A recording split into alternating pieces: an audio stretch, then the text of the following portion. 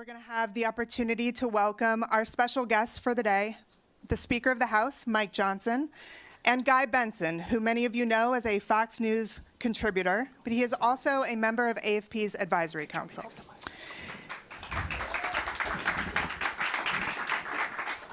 So, Guy and the Speaker are going to have a conversation.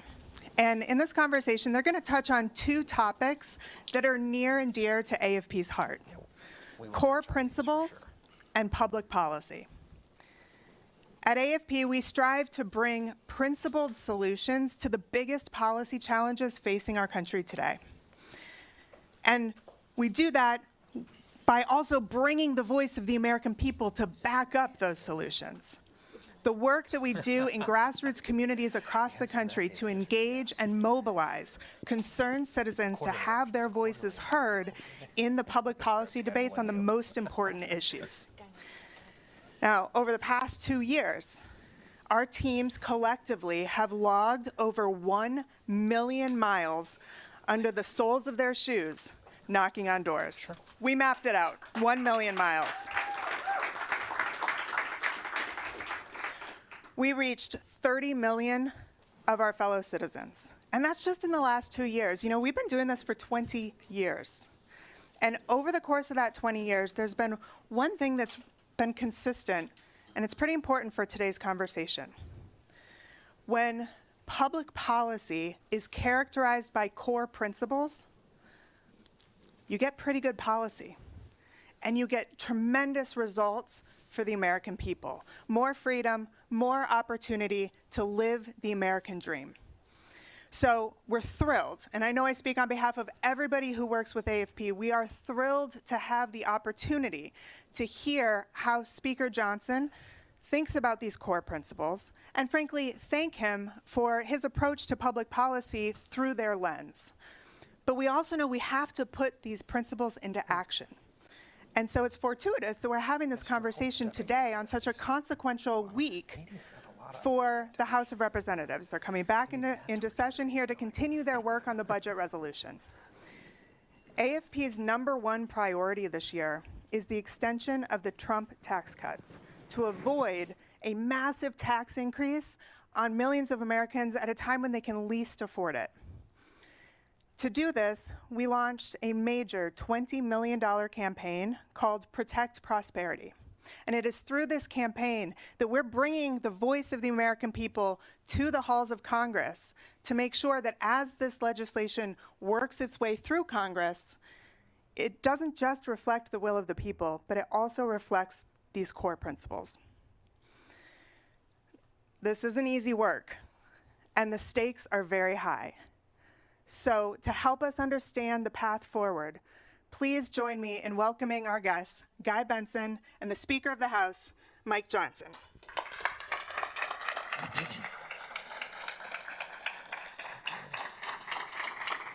Thank you, appreciate it, thank you. Thank you, great. Thanks. All right. Well, thank you all for being here. Big thanks to AFP here at the Freedom Embassy for hosting this really important event. Looking forward to this conversation with the Speaker. I want to start just on a personal note. I saw you posted on social media, what was it, last week, I want to say, a photo with you welcoming Boys to Men to the Capitol. And a buddy of mine sent it to me. He said, Mike Johnson is on a journey, and I love it for him. Do you ever have moments like you're on the plane with Trump or you're at UFC and you're always in the background of these photos? Do you ever think, how is this my life? Because like the accidental speaker thing has turned into a pretty effective speaker reality. Give us sort of like your journey up to this point, if you would. Well, as Kid Rock and Jelly Roll and I were talking about this, it has been a wild ride. These are consequential times. People ask me all the time, am I having fun in this position? And I just look at them and say, really don't have time for fun. I mean, I'm really very much like a wartime speaker and have been since they handed me the gavel in October 2023. This is not a job I ever aspired to, but it fell to us to do it and lead in these very challenging times. But I'm absolutely convinced that America is coming back, and that's what keeps us going. There are a few moments of respite in there, and those events are some of them. Meeting Boys to Men was a great treat. I'm way older than most of you in the audience, but if you were in high school in the late 80s, early 90s, That's like the soundtrack of your life. And those guys are my age. We're all in our early 50s. They look so much better than me. And I chose the wrong profession, but it was great to meet them. So right outside here, there are the 7 principles that you always talk about. If you just remind us what they are, number one, and then the question I have is, obviously there's some opposition to a number of them on the left. Are you concerned about maybe some undermining of faith in those principles within certain precincts on the right as well these days? Yeah, so let me tell you the origin of this. When in 2019 I was elected to be chairman of the Republican Study Committee, largest caucus of conservatives in Congress, largest caucus, but certainly the most conservatives. And I was just a sophomore, and I wasn't the most senior person in the room, but my background was in constitutional law, and I had, as I like to say, a toolbox full of totally unmarketable skills. But what came together at that time was this sort of recalibration of who we were as a party. This is 2 years into the Trump administration, and a lot of the furniture is being moved around, and some broken, and some of it needed to be. But I was concerned that we would not lose our fixed points on the horizon, so to speak, right? So I stood in front of all the House Republicans in the conference, the caucus at the time, and I said, there's about 158 of them, and I said, guys, if you had just a brief moment to have a discussion with a young millennial or young progressive to tell them why our philosophy and our principles are superior to theirs, what would you say? If you had to convince an entire library full of conservative thought, from Edmund Burke to today, down to a half page, for a short, concise summary, what would you say? I said, to me, I think it boils down to individual freedom, limited government, the rule of law, peace through strength, fiscal responsibility, free markets, and human dignity. Now, under each of those things, there'd be lots of subcategories, and you could unpack it depending upon the moment you're in. But that, to me, is the essence of who we are, not just as a party, but who we've been as Americans. There's a reason America is the greatest nation in the history of the world. It's not even close, really. Objectively, we're the most powerful, most successful, most free, most benevolent nation that's ever been, and it's because we are based on those founding principles, and we don't want to lose sight of them as things change in our modern era. When you look at the election that just happened, right, there's always this, it's the most important election of our lifetime mantra. Sometimes that feels closer to the truth than other times. This was a very consequential election, and we've heard President Trump talk a lot about a mandate that he feels that he's won, and he swept the swing states, won the popular vote, did some things that folks were not expecting him to do, at least the skeptics. By the same token, I don't have to tell you how slim the majority is in your House, even in the upper chamber as well. I know that feels like more breathing room, but still awfully close. How do you look at what the voters decided in November? Does that constitute a mandate for the party generally? And what does that look like in terms of your priorities here? Great question. I think there is a mandate. Not only did President Trump win the Electoral College soundly, he also won the popular vote, 77 million votes. We got our highest vote total ever in history of the House Republicans, 74.8 million votes. We did all that together. Some would say, oh, you rode President Trump's coattails, but I think it was a combination of things. What we achieved in this election cycle was a demographic shift. I think a once-in-a-generation, once-in-my-lifetime kind of event, where we had a record number of Hispanic and Latino voters, for example, Black and African-American voters, Jewish voters and union workers and all these people who had not historically been in our camp, and they came over, not reluctantly, but enthusiastically. They were looking for an alternative. The left went too far. The woke progressive nonsense, it's sort of like, as I explained it in my mind, the pendulum. They pushed so aggressively, so quickly that it clicked, and now it's coming back. President Trump represents a force that is pushing it back to common sense and the center-right kind of balance where we are and always have been in the nation. And we're going to be a force of that as well. So we do see it as a mandate. We do see it as our responsibility to take care of business. Now, I want you to know that, I traveled the country nonstop last year to make sure we kept the majority and grew it. And every day, almost literally, that we were not in session, I was on the road. I did over 350 campaign events, 250 cities in 40 states. I logged enough miles to circle the globe 5.5 times last year. That's a real statistic. I was 4 inches taller when I became Speaker of the House. Okay, they beat me down mercilessly. But we did grow the majority, and I was so proud, Guy, because I had 220 Republicans and 215 Democrats. And then President Trump began to cull the herd. And so he took a few, and I called him like, Mr. President, you cannot take any more. We're going to be down to 1. Oh, Mike, did I do that? Yes, you did, sir. We're down to 1. So now, really, this is true. We have a 1-vote margin now, smallest in history, right? So for a big chunk of the first 100 days of the Congress and perhaps beyond, this is not an easy task, but we're going to get it done. We have the most aggressive, important legislative agenda that we've had certainly in my lifetime, I think. And when we get this done, it will be an extraordinary achievement because the vote's margin is so small. Two related questions. One on the timeline for filling some of the aforementioned Trump-created vacancies, right? A couple in Florida, there's one in New York. As you think about a legislative agenda moving forward and you look at the calendar, what are you expecting? What are you anticipating in terms of getting those seats filled? Because Florida, I know that they're doing everything they possibly can.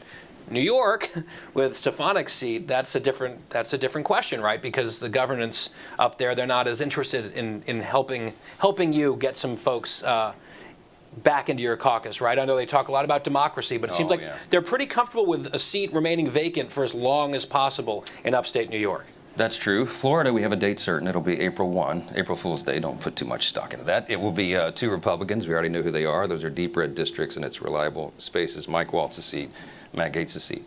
Elise Stefanik's seat in New York is different because you're right. The liberal left Democrats run the state assembly, and they've not been kind to us there at the state capitol, and they're toying with the idea of extending and holding that seat open under some guise of democracy until the fall, perhaps. It's one of the suggestions. So a delayed election for democracy? For democracy, yeah. Don't forget about the fact that 750,000 upstate New Yorkers would be without representation in Congress for no apparent reason. Under existing New York law, that vacancy is supposed to be filled no later than 90 days from the date that it is vacated. So we'll see what happens. They haven't changed the law yet. If we get the budget resolution passed this week, which is the plan, then it's possible that Elise Stefanik would go ahead and move on to her assignment at the UN as the ambassador there once she gets through the confirmation process in the Senate, which I think would go quickly. And then that would start the clock. And so let's hope that we can get it filled in time and hope that the law is respected by Democrats in New York. And I want to come back to this week in a second. But again, looking at priorities. Mm-hmm. You're starting to see some softness in the polling for the president, for the party, maybe a honeymoon that he never enjoyed last time. He's had it. The polls are conflicting about whether that's, starting to maybe taper off or not. But one consistent data point that we're seeing is that there is still this extreme concern among voters about the cost of living and the price of everything. And obviously, a mess was inherited. There's no question about that. But at some point, you're in the driver's seat as a Republican Party controlling the trifecta. What is it that you would say to voters who are wondering, are they really focusing on what matters the most to us, which would be the cost of living and probably immigration, those top two? Plenty on immigration. What about on that number one issue that really, I think, was so harmful to the Democrats in the fall? Yeah, it was. Clearly, the president and all of us ran on a set of issues that were the most important to the people. We've got to secure the border. We have to get the economy under control, reduce inflation. We've got to get American energy dominance back and restore peace through strength, reduce the regulatory state, the bureaucracy, the deep state. All those processes are underway. The president's done an heroic job with executive authority right out of the gates and accomplished quite a bit. DOJ is working overtime, and all these things are happening. Now we have to codify it. So the reconciliation process is the key to getting that done. And for a lot of people back home who don't follow all the machinations here, the reconciliation is the one exception to having to get 60 votes, the 60-vote threshold in the Senate. Because we only have to have 53 Republicans in the Senate right now, doing something with a bare majority is the way to go. So we'll use the reconciliation process to check a lot of the boxes of the promises that we made, and that is how we will get to the cost of living. The price of eggs is up high because that has more to do with bird flu than anything else, okay? There's a lot of mixed messages out there, but obviously inflation continues to be a major problem.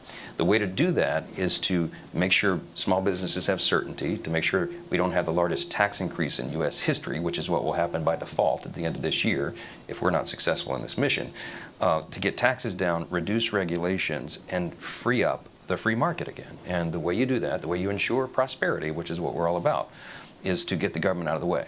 This is the team to do it, and reconciliation is the vehicle in which we're going to get it done. Easier said than done.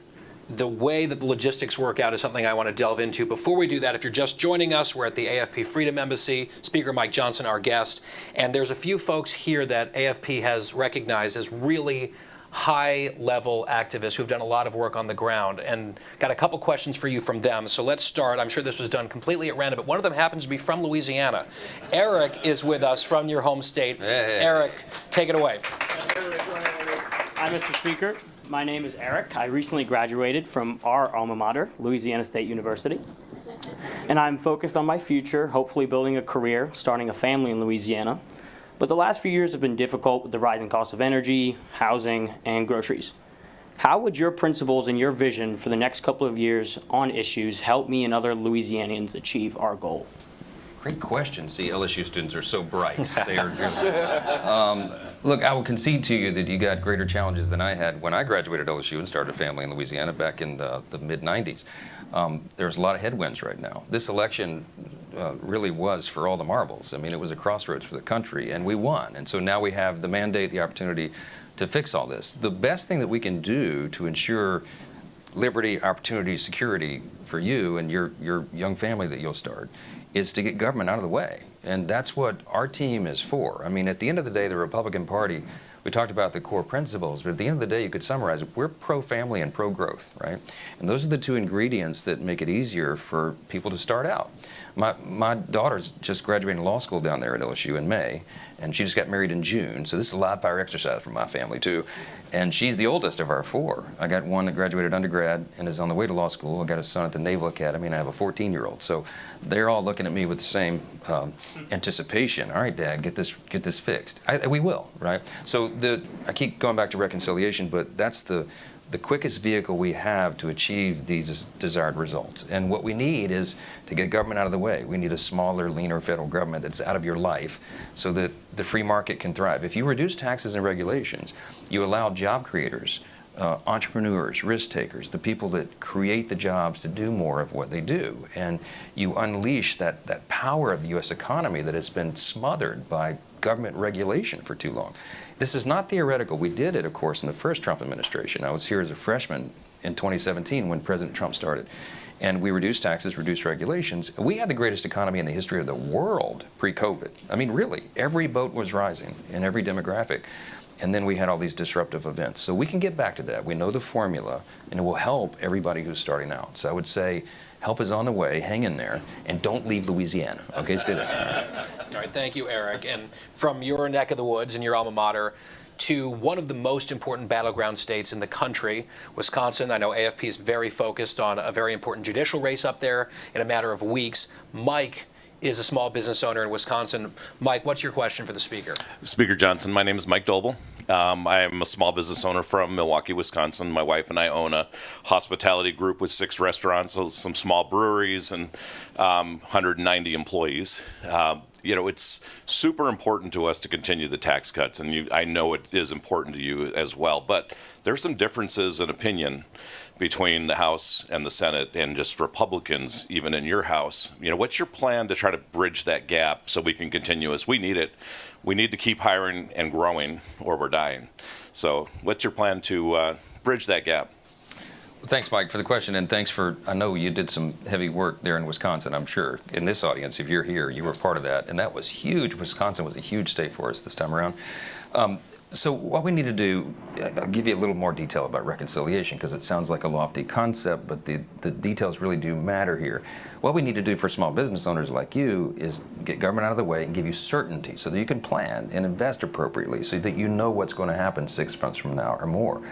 The reason that we're putting the extensions of the TCJA, the Tax Cuts and Jobs Act, the seminal achievement, one of the seminal achievements of the first Trump administration, the reason that's in reconciliation is because, as we noted, those tax cuts are going to expire at the end of this year if we don't fix it. And the reason we have to do it early in the process and not wait until the end of this year or later is because everybody needs to see the effects of that like ASAP, right? I mean, if you're a small business owner, this is a very challenging time because you don't know what to expect. The markets don't know what to expect. The bond market doesn't know what to expect. So putting that clarity in as early as possible is critical for everybody who is in a position like you are. And so the way to do that is with one big, beautiful bill, okay? Like that's the president's phrase, and I've adopted it. In fact, I have it tattooed on my chest here. I could show you. It's that important, all right? Why? Because some of my dearest friends, you know, Ted Cruz and I are very close friends, Lindsey Graham in the Senate, they've been pushing the two-bill strategy in the Senate. But I want y'all to know the inside baseball is, my math is much more complicated in the House than the Senate. For the first time in our lifetime, the Senate Republicans have a wider margin than we have in the House, okay? And also have 160 plus additional personalities to deal with than they have with just their 53 over there. And I have a much more diverse caucus. So remember, I've got people who are elected in like R plus 26 districts and like deep red rural states. And then I've got people who are elected in districts that Kamala Harris won on the ballot by 10 or 11 points, you know, D plus 12 districts. And those Republicans look at an issue set with very different lenses. Their philosophy and the principles are the same, but their constituencies are very different. And so they've got to be mindful of that. So my job is to find the equilibrium point between the two sides and to advance the ball as far as we can down the field for our conservative principles and get 218 votes. And now I've got a SALT caucus over here that they don't have to contend with in the Senate because the state and local tax issue is huge to people that are elected in New York, New Jersey, California, and other states. But think of it, there's no red state senators, because they're all red state guys, that have that issue to contend with. And we have multiple caucuses and interest that I've got to contend with. So finding the right point for all those dials is going to be the trick over the next several weeks. We'll get there, and the sooner that we do, the better it's going to be for you and every small business owner, and large company for that matter, around the country, because that's going to lock in and codify the certainty that you need to be able to do what you do best, and that is grow your business and add jobs. I saw a headline, I think today at Politico, Mike Johnson's moment of truth. You've had a few of those Yeah, already yeah, in your come on, bring it. speakership. Yeah, I Here's know. another moment of truth, moments of truths maybe, but it is a big one this week because step one is this floor vote maybe tomorrow, maybe later in the week. Committee was sort of a sigh of relief there, but you've got a lot of cats to herd. Not everyone's on board from what the reporting suggests. Are you confident, and how would you measure that level of confidence that you're going to get this through? This is step one, right? Getting to the vehicle with literally no margin for error, because I think there's at least one member who's a no. There may be more than one, but they'll get there. We're going to get everybody there. This is a prayer request. Just pray this through for us, because it is very high stakes, and everybody knows that. And as we were talking in the hall guy a little while ago, somebody noted a couple weeks ago, the thing about having a small majority is it brings great clarity. It's clarifying, you know. I don't think anybody wants to be in front of this train. I think they want to be on it. And people come at with genuine conviction, you know, about the debt and the deficit and about these issues and that issue. But I'm often reminded, and I remind my colleagues all the time, of what Ronald Reagan reminded us. I'd rather get 80% of what I want than go over the cliff with the flag waving. And for those of us who believe in limited government and liberty and opportunity and security, prosperity, we have to recognize that an aircraft carrier is not turned on a dime. It takes 3 miles to turn an aircraft carrier, right? It took us decades to get into the situation we're in. It is not likely that we're going to fix everything in one bill in one foul swoop. So, but if we can make great strides in these areas and we begin to change the trajectory of the carrier, we can turn it around. And if we do that well, and we demonstrate to all these new demographics who came into the party now, that it truly is our principles, our core conservative principles that lead to human flourishing. It is our principles that are better for them as individuals, families, you know, a community, their state, the nation as a whole. Then we will be able to hold this as a governing majority for years to come. This can be an historic moment for our party and our principles. And this is the first step in what will be many steps. It's day by day. So if your analysis that it's going to happen / prayer request comes through this week, I guess part one of the question is, what would the timeline then look like to get to then the reconciliation piece, which would be maybe harder, right? This is just getting on to something, the vote this week. Then it's like, okay, what does a final bill that would become law actually look like? What timeline are you looking at for there? And then maybe one that you're not excited to contemplate but has to be asked, if there's a wrinkle this week and there's a stumble, is there a plan B, or is it this or nothing? I've got a whole playbook, but I'm not going to tell you that. We're going to score on this one, okay? But when the resolution passes, as you know, this is just the sort of the opening. This is the starting gun, basically, for the real reconciliation process. And so that is scheduled out, and I put out a very aggressive timetable and schedule for the reasons we discussed. We need to do this quickly. Because you think in 2017 you took too long. The Republicans took too long. That's exactly right. We didn't get to the tax piece until late in the year. And so what happened was the benefit of what we had done was not fully realized by everybody before that midterm election. Only twice in 85 years has a president, a newly elected president, had his party grow or add seats in the House in that first 2-year cycle. So we're going to have to defy history, and we will. I think we've got a very favorable landscape and the right ingredients to do it, but we've got to perform. So if we do it early, to meet that aggressive timetable, what we're going to do is pass the resolution, and then through the rest of February and all of the month of March, you'll see the committees. What happens is we give instructions to 11 different House committees in areas of jurisdiction or all these issues. And they've got to work through and find their equilibrium points in those subgroups, bring it up to the full group, get it on the floor. My calendar has us passing this by probably the first week of April and getting it to the Senate so they can do their work on it. So after April 1st, perhaps? After April 1st, you see how that works? Yeah, a couple more votes. And then we get it done, and if this works, then we get it to the president's desk by early May. That would be enough time for this to become part of the law, to give the certainty that everyone needs, and for the American people to begin seeing the benefit of this so that it's reflected in the election outcome and in all of our lives. Yeah. Just a couple more here. I've had, you mentioned a friend of yours, Senator Cruz, on the show. I had Senator Thune on the show recently, still making, to my ears, a robust, interesting case for the two-bill idea. When you push back on them in private, you say, look, here's my math and here's why one big, beautiful bill makes sense on the House side. Are they receptive to it, or do you feel like are they still saying, actually, no, you're wrong? No, this is a very friendly debate. These are all very close friends, and there's no daylight between the House and Senate Republicans, and that's very important. I mean, there's no animosity here at all. We're all trying to accomplish the same exact mission. They just see it from different lenses in the Senate that we do in the House. And when I lay out all the complexities, Ted, Lindsey, and John, none of them can refute that. They just go, oh, yeah, that's tough. Yeah, I know. Thanks a lot. Welcome to my life. So, look, I think what happens, they passed their resolution last week, and whatever they're calling that, that's a plan B, that's fine. But I said you have to allow the House to lead on this by necessity. We need to. We have to. I have the more complicated equation to solve. Here's another thing, too, that everybody needs to remember, and this will mean something to the folks in this room.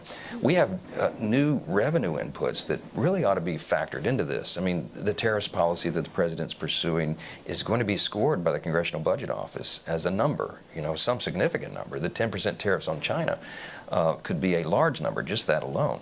And then what DOGE is doing, cutting down the size and scope of government pretty dramatically, results in a massive cost saving, cutting out the fraud, waste, and abuse. I mean, they found almost $60 billion, they estimated, already, and they've only been doing it for a few weeks. So Elon is in the middle. He's gotten into the belly of the beast, and I met with him a couple weeks ago at his office, Monday before last, and he was explaining to me what he's doing, and he and I got increasingly excited as we were going through this. And I said, man, look, I know you're excited because you think of this as a scientist and a data analyst. I think of it as a constitutional law attorney and a historian. Elon, what we're going to do here is restore the original intent of the framers of the Constitution, because they envisioned a small, efficient federal government. Remember, most of the power is pushed down to the states, right? Because that's important for maintaining the checks and balances and all the rest of the things we need.